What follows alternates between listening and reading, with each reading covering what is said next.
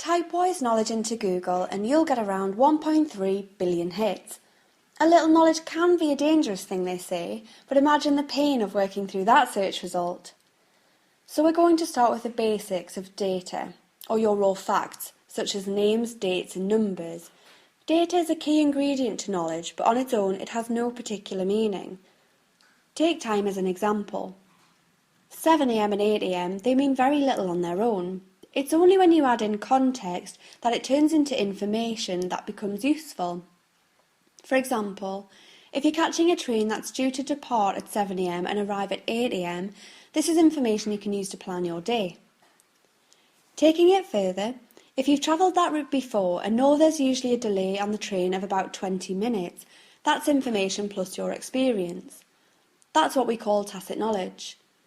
Based on tacit knowledge, you would know that catching the 7 a.m. train gets you to your destination at around 8:20 a.m. and not 8 a.m. as planned. So tacit knowledge is stored in your head. It's the stuff you just know and likely take for granted, but it's part of what makes you unique and it's one of your most valuable assets. Deciding what to do with your tacit knowledge can be tricky, therefore. On one hand, if you share it, others will know what you know and you can lose kudos as the go-to person.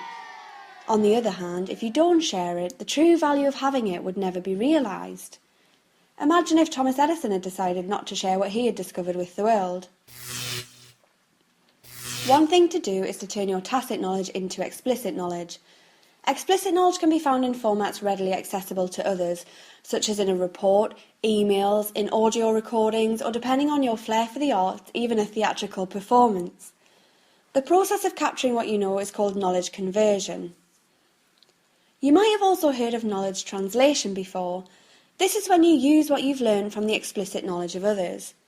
So for example, if you were to text your friend about the train delays and they rescheduled their plans to account for the longer journey you've advised them of, they would have successfully translated your explicit knowledge. They've put it to use. So you've been converting and translating knowledge your whole life. Now I don't want to overload you with knowledge, but as a final thought, consider this. If all of your colleagues shared their tacit knowledge through conversation or made it explicit, what more could be achieved or improved where you work?